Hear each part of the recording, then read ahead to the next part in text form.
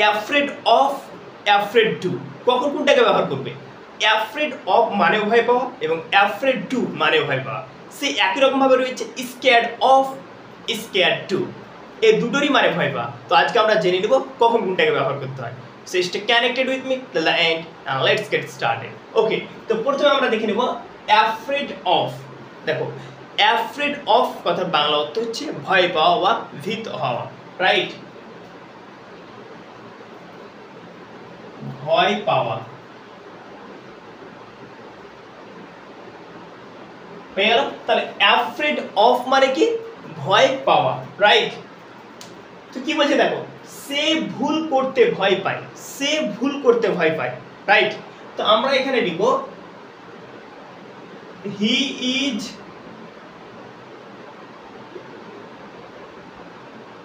Afraid of.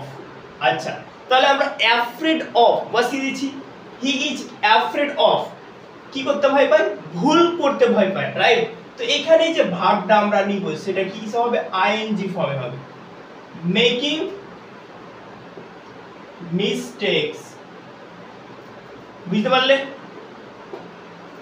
তাহলে দেখে নাও, সে ভুল করতে ভয় পায়, তো এটাকে আমরা ইংলিশে বলবো হি is afraid of making mistakes. He is afraid of making mistakes, অর্থাৎ সে ভুল করতে ভয় পায়। এখানে একটা জিনিস নোটিস করো, এই যে ভুল করতে ভয় পায়, যে ভার্বটা আমরা নিয়েছি মেক, মেক থেকে কি করেছি? মেকিং। অর্থাৎ অ্যাফ্রেড অফের পরে যদি কোনো ভার্ব বসাও, যদি কোনো কাজকে দেখে ভয় পায়, কাজ মানে কি? ভার্ব, তো সেই ভার্বটার কি হবে? আইএনজি ফর্ম হবে। যেমন দেখে না, এখানে মেক থেকে কি হয়েছে? মেকিং। ওকে, তো he is afraid of making mistakes, সে ভুল করতে ভয় পায়, রাইট? তাহলে অ্যাফ্রেড এর পরে ভার্বটা কি ধরনের আসবে? আইএনজি ফর্মে আসবে, রাইট? তার জন্য মেক থেকে মেকিং দিয়েছি, গুড। তারপরে কি বলছে দেখো, আমি কুকুর দেখে ভয় পাই, আমি কুকুর দেখে ভয় পাই, ইট বেসিক্যালি মিন্স আমি কুকুরকে ভয় পাই, রাইট? তো আমি কুকুর দেখে ভয় পাই, তো এটাকে আমরা কি বলবো? আবার আই am afraid of। এবার এখানে দেখো একটা জিনিস, যদি কোনো নাউন থাকে তাহলে নাউনটাকে আমরা বসিয়ে দেবো, দ্যাটস ইট। তাহলে I am afraid of dogs, অর্থাৎ আমি কুকুর দেখে ভয় পাই। এবার ধরে নাও তুমি মনে করছো তুই বাঘ দেখে ভয় পাও, তাহলে কি বলবে? I am afraid of tigers, Tigers, ঠিক আছে? তাহলে বুঝতে পারলে যে অ্যাফ্রেড অফ এর পরে ভার্ব থাকলে ভার্বটা আইএনজি ফর্মে আসবে, যদি কোনো তুমি নাউন বসে তাহলে নাউনটা বসিয়ে দিবে অফ এর পরে, দ্যাটস ইট। যেমন কি বলছে দাও, I am afraid of dogs অথবা I am afraid of tigers, বুঝতে পারলে? তাহলে নাউন থাকলে নাউনটা বসিয়ে দিবে, আর ভার্ব যদি দাও তাহলে কিন্তু সেটা আইএনজি ফর্মে হবে। তাহলে অ্যাফ্রেড অফ কিভাবে ব্যবহার করতে হয় আশা করি বুঝে গেলে। এখানে আমরা কি বলতো প্রোনাউনও দিতে পারি, প্রোনাউনও দিতে পারি। কি বলছে দেখো, I am afraid of him, him কি বলতো? হিম একটা প্রোনাউন, তাই তো?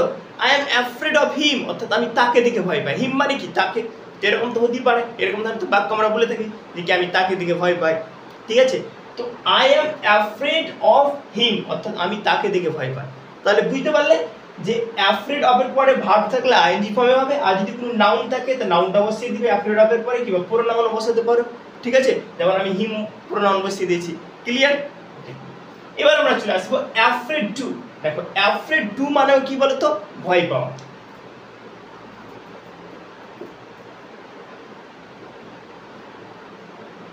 অ্যাফ্রেড টু মানেও কি বলতো? ভয় পাওয়া। কি বলছে দেখো, আমি ইংরেজি বলতে ভয় পাই, আমি ইংরেজি বলতে ভয় পাই।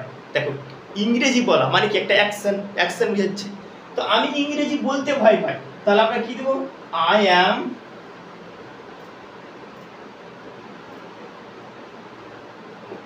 Afraid to. তাহলে দেখতে পেলে অ্যাফ্রেড টু মানেও ভয় পাওয়া, তো অ্যাফ্রেড টু দিয়ে দিচ্ছি। এবার একটা জিনিস মনে রাখবে, অ্যাফ্রেড টু এর পরে কি বসবে? ভার্ব বসবে।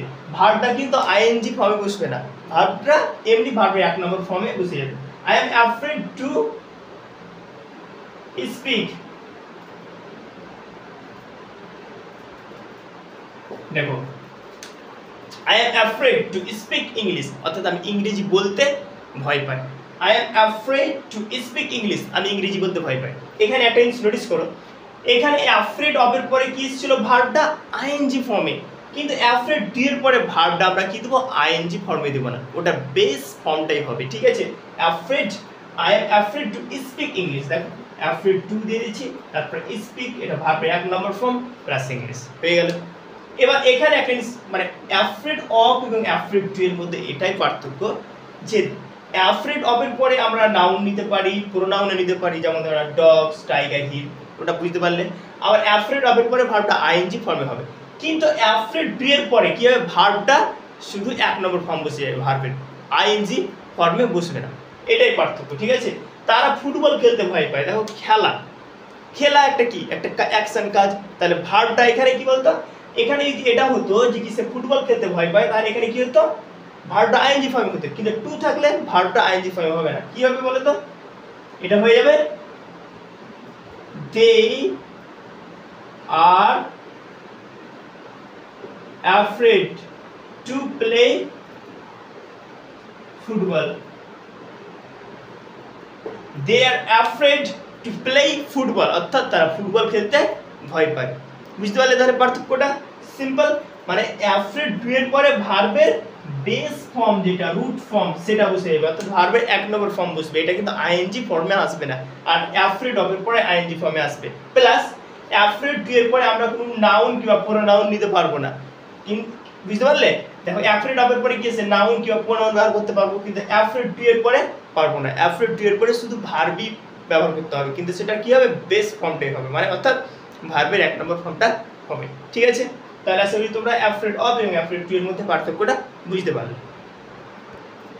ওকে, তো এবার আমরা স্কেয়ার্ড অফ এবং স্কেয়ার্ড টু এই দুটি ওয়ার্ডসের মধ্যে কি পার্থক্য রয়েছে জেনে নিই।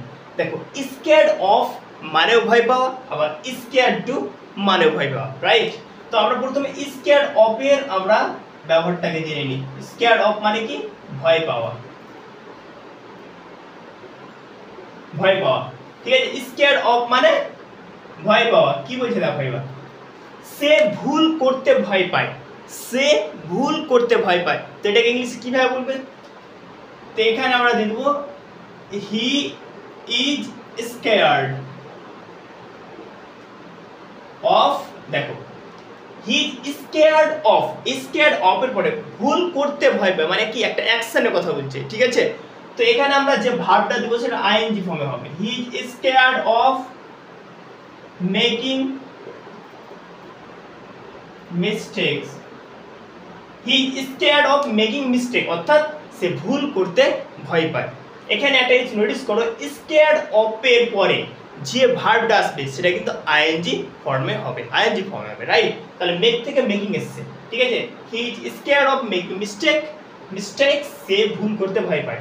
তারপরে কি বলছে দেখো, আমি কুকুরকে দেখে ভয় পাই, আমি কুকুরকে দেখে ভয় পাই, রাইট। তো আমরা কি দিব, আই অ্যাম স্কেয়ার্ড অফ, দেখো এবার কুকুরকে দেখে ভয় পায়।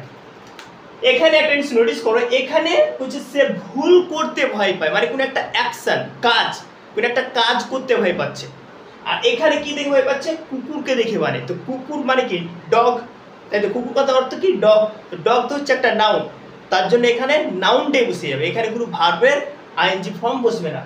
I am scared of dogs, আমি কুকুরকে দেখে ভয় পাই, I am scared of dogs, আমি কুকুরকে দেখে ভয় পাই।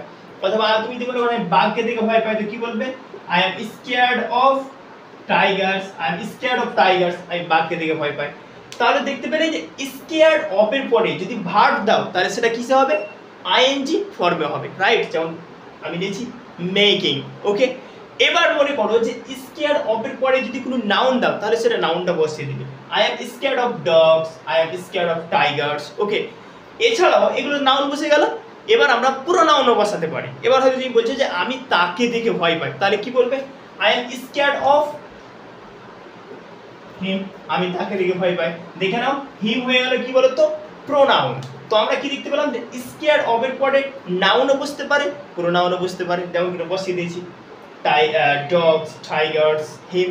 আবার স্কেয়ার্ড অফ এর পরে যদি কোনো ভার্ব বসে কিংবা যদি কোনো ভার্ব বসায় তাহলে সেটা কিছু হবে আইএনজি ফর্ম বসবে, রাইট। যেমন দিয়েছি মেকিং। এবার চলে আসবো আমরা scared two right.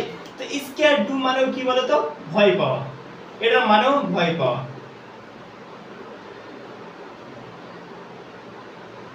Scared two মানেও ভয় পাওয়া। কি বলছে দেখো, আমি ইংরেজি বলতে ভয় পাই, আমি ইংরেজি বলতে ভয় পাই, তাহলে আমরা কি বলবো, I am scared to speak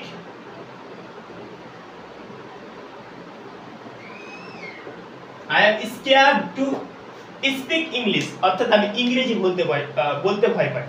এখানে একটা জিনিস নোটিস করো, এখানে কি নিয়েছি, scared to, এটা তো ভার্ব, স্পিক এটা একটা ভার্ব, ভার্বের এক নম্বর ফর্ম। তো যদি scared to থাকে তাহলে ভার্বের এক নম্বর ফর্ম বসবে, বুঝতে পারলে? আর যদি ফের এখানে স্কেয়ার্ড অফ থাকতো তাহলে স্পিক থেকে কি হতো, স্পিকিং হয়ে যেত, বুঝতে পারছো ব্যাপারটা? যদি স্কেয়ার্ড অফ থাকে তাহলে যে ভার্বটা আসবে আইএনজি ফর্মে আসবে, আর যদি স্কেয়ার্ড টু থাকে তাহলে ভার্বটার বেস ফর্মটাই বসে যাবে, অর্থাৎ ভার্বের এক নম্বর ফর্মটাই বসে যাবে, আর কিছু করতে হবে না। I am scared two speak English, অর্থাৎ আমি ইংরেজি বলতে ভয় পাই।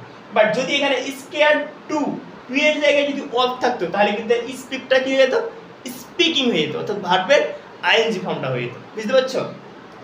তারা ফুটবল খেলতে ভয় পায়, তাহলে আমরা কি দেব, দে আর scared to play football, they are scared to play football, অর্থাৎ তারা ফুটবল খেলতে ভয় পায়, বুঝা গেল? তো এখানে একটা জিনিস নোটিস করো, তার স্কেয়ার্ড অফ এবং স্কেয়ার্ড টু এর মধ্যে এটাই পার্থক্য যে স্কেয়ার্ড অফ এর পরে ভার্বটা আইএনজি ফর্মে আসবে, কিন্তু স্কেয়ার্ড টু এর পরে ভার্বটা মানে ভার্বের এক নম্বর রূপটাই বসে যাবে, ক্লিয়ার? এছাড়াও আরেকটা পার্থক্য রয়েছে যে স্কেয়ার্ড অফ এর পরে আমরা নাউন কিংবা প্রোনাউনও নিতে পারি, যেমন হিম বা টাইগার্স বা ডগস নিতে পারি, কিন্তু স্কেয়ার্ড টু এর পরে আমরা কি নেব, শুধু ভার্বের এক নম্বর ফর্মটাই নিতে পারবো। And that's the difference between scared of এবং scared to. So I hope যে তোমরা afraid of, afraid to, scared of এবং স্কেয়ার্ড টু কখন কিভাবে ব্যবহার করতে হয় সে সম্পর্কে জানতে পারলে। So thanks for watching this video. ভিডিওটি ভালো লাগলে অবশ্যই লাইক করবেন এবং বাংলা থেকে ইংলিশ শেখার জন্য আমাকে ফলো করবেন। Thank you.